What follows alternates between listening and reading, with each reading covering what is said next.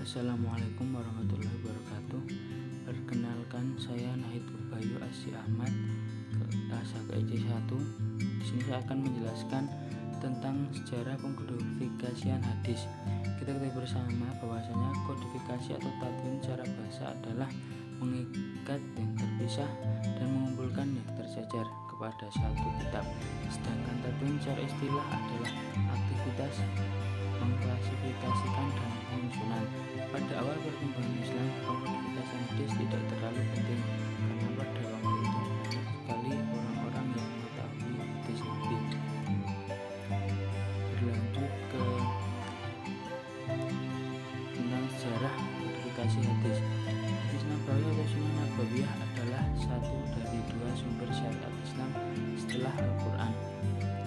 Fungsi hadis dalam syariat Islam sangat strategis. Di antara fungsi hadis yang paling penting adalah menafsirkan Al-Quran dan menetapkan hukum-hukum lain yang tidak terdapat dalam Al-Quran.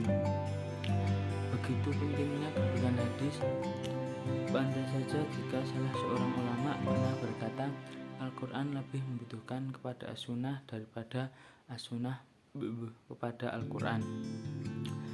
Sejak zaman kenabian, hadis adalah ilmu yang mendapat perhatian besar dari kaum muslimin. Hadis mendapat tempat tersendiri di hati para sahabat dan tabi'in dan orang-orang yang datang setelah mereka. Setelah Al-Quran, seorang akan dimuliakan sesuai dengan tingkat keilmuan dan hafalan hadisnya. Karena itu, mereka sangat termotivasi untuk mempelajari dan menghafal hadis-hadis Nabi melalui proses periwayatan. Lanjut ke latar belakang kodifikasi hadis. Pembukuan hadis dimulai pada akhir abad pertama Hijriah dan selesai pada pertengahan abad ketiga. Hal ini tidak lepas dari adanya dorongan pembukuan hadis oleh Khalifah Umar bin Abdul Aziz pada tahun 102 Hijriah. Berlanjut ke kodifikasi hadis pada abad ke-2. 1. Kodifikasi pertama pada awal abad ke-2. Pengkodifikasian hadis secara resmi yang dilakukan atas instruksi khalifah secara luas dilakukan pada masa kekhalifahan Umar bin Abdul Aziz. Pada saat itu, beliau mendorong semua ulama di berbagai negeri untuk membukukan hadis. Kemudian Umar bin Abdul Aziz menugaskan tugas mulia ini kepada Muhammad bin Muslim bin Syihab yang terkenal dengan Imam Az-Zuhri. Imam Az-Zuhri ini mulai mengumpulkan hadis sehingga beliau menjadi orang pertama yang mengumpulkan hadis ke dalam sebuah kitab. Kemudian beliau mengirimkan kitab-kitab hadis tersebut ke berbagai belahan daerah Islam. Penyusunan yang dilakukan oleh ulama pada awal abad kedua ini dapat dikategorikan menjadi dua kelompok. Pertama, kitab-kitab yang berisi hadis Nabi semata. Kedua, kitab-kitab yang berisi hadis Nabi yang bercampur dengan keputusan resmi para khilafah. Kitab-kitab pada abad ini belum disusun secara sistematis. Kedua, kodifikasi pada pertengahan awal abad kedua. Pada abad ke-2 Hijriah, daulah Islamiyah semakin luas dan para ulama semakin banyak, serta usaha pencatatan hadis pun semakin meluas di masyarakat Islam waktu itu. Pengkodifikasian hadis pada waktu itu ada pada tangan tabi'in kecil dan tabi'in. Perkembangan kodifikasi hadis pada abad ini antara lain, pentadwinan hadis pada abad ini tidaklah begitu berbeda dengan abad sebelumnya. Kitab-kitab hadis terbagi dua, ada yang sengaja mengumpulkan hadis-hadis Nabi saja dan ada pula yang mencampurkan hadis Nabi dengan perkataan sahabat dan fatwa tabi'in. Bedanya sekarang atau saat ini bertujuan untuk istinbatul ahkam. sedangkan sebelumnya dikarenakan kekhawatiran hilangnya sunnah tersebut. B. Pada masa ini belum ada pemisahan antara hadis sahih, hadis dhaif, dan hadis maudhu. Pada masa ini hadis telah disusun berdasarkan bab. Hadis-hadis yang berkaitan dikumpulkan dalam satu bab, kemudian bab-bab tersebut dikumpulkan kepada suatu kitab.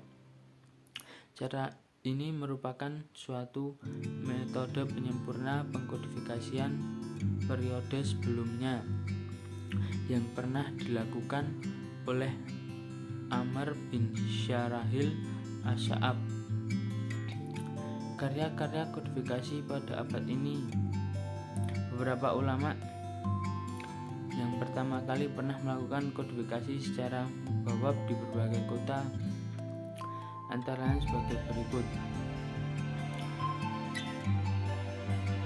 1.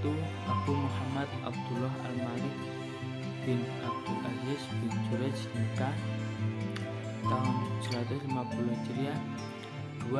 Muhammad bin Ishaq bin Yasar Al-Matlabi di Madinah tahun 151 Hijriah.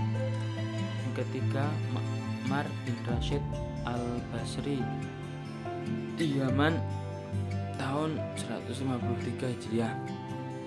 Di antara kitab hadis yang sampai generasi sekarang diantaranya adalah kitab Al-Mutawatta karya Imam Malik bin Anas. Yang kedua, Al-Musnad karya Imam Asy-Syafi'i. Yang ketiga, Al-Jami' karya Imam Abdul Razak As-Sani.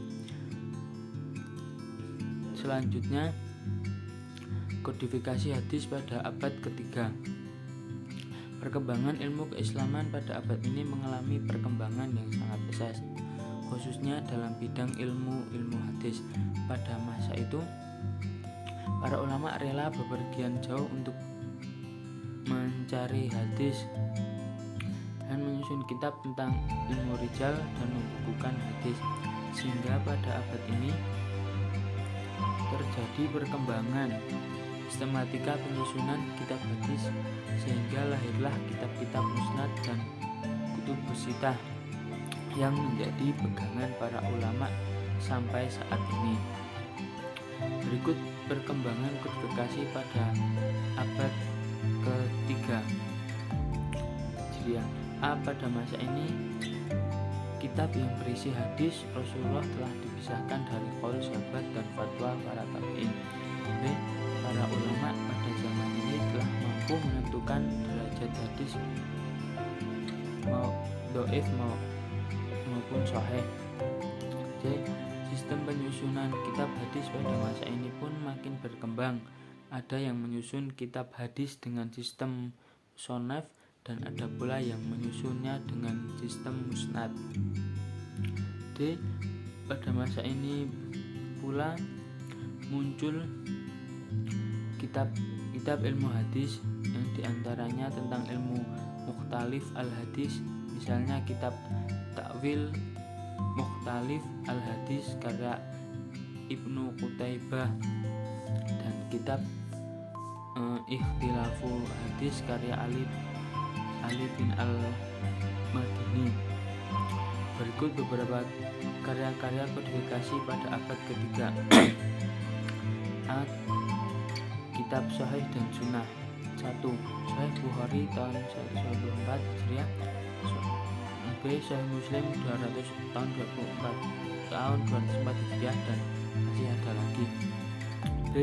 Kitab-kitab Musnad.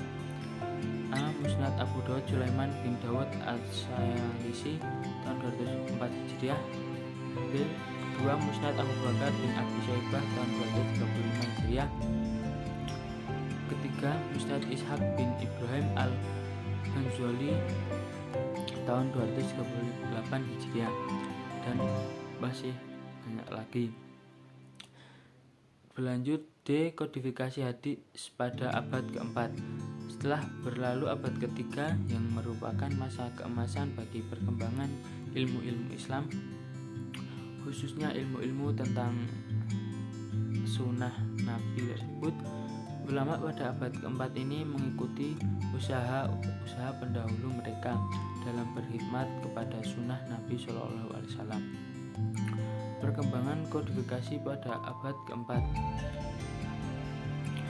Satu di antara mereka ada yang menyusun kitab hadis mengikuti metode kitab Sahih Bukhari dan Sahih Muslim dalam mentakhrij hadis-hadis sahih, di antaranya A. Sahih Ibnu Huzaimah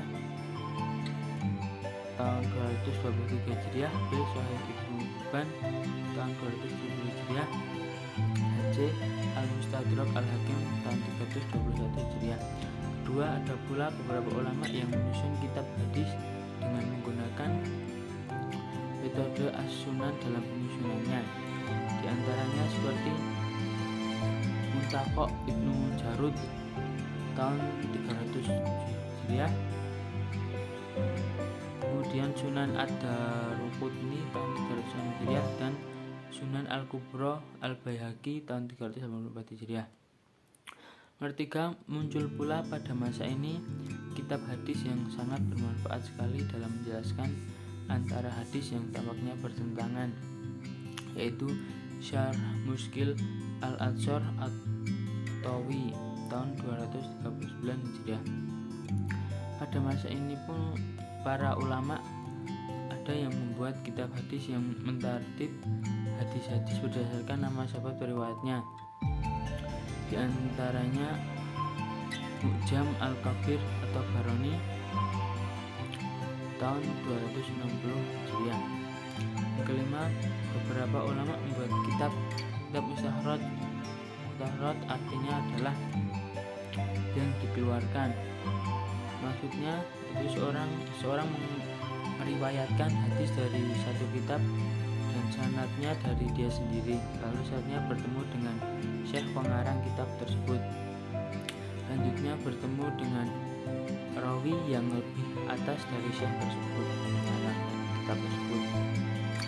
Di antara kitab mustakhraj ini adalah Al-Mustakhraj Abu Bakar Al-Ismail As-Sahih Al-Bukhari, dan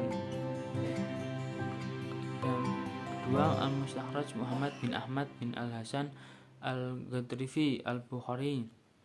Yang ketiga Al-Mustakhraj Ibnu Abi Jilin Al-Bukhari.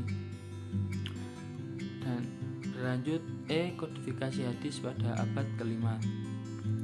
Pada abad ini para ulama mencoba membuat kumpulan hadis dengan metode jami', yaitu metode penggabungan antara dua kitab atau lebih. Kitab ini dikutip dari beberapa kitab hadis abad sebelumnya, di antaranya Al-Jam'u Baina Sahihain, kumpulan dari Sahih Bukhari dan Muslim.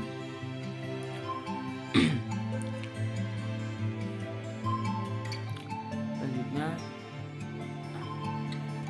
dari Al-Jam'u Baina Sahihain tersebut, di antaranya ada Ad-Dimashqi, Ibnu Al-Furad, dan Al-Baqani. Pada abad ini pun muncul beberapa kitab yang lain yang semakin memperkaya khazanah keilmuan Islam. Di antaranya adalah Syarah As-Sunnah Al-Baghawi, kemudian Mashabih As-Sunnah Al-Baghawi, dan Jami' Al-Usul fi Al-Hadis. Dari pengkodifikasian hadis tersebut dapat diambil kesimpulan bahwa pengkodifikasian hadis merupakan usaha para ulama untuk menyelamatkan sunnah dan hadis sebagai sumber ajaran Islam. Pencatatan hadis yang pada awalnya dipertentangkan menjadi hal yang mesti untuk dilakukan. Bukankah pelarangan pencatatan hadis oleh Rasulullah dilakukan untuk kemaslahatan? Oleh karena itu, pencatatan hadis untuk memelihara keaslian sunnah dan hadis Nabi mesti pula dilakukan, supaya umat Islam di masa depan tidak kehilangan petunjuk yang akan menunjukkan mereka ke jalan yang benar. Mungkin cukup sekian dari saya penjelasan tentang sejarah kodifikasi hadis. Wassalamualaikum warahmatullahi wabarakatuh.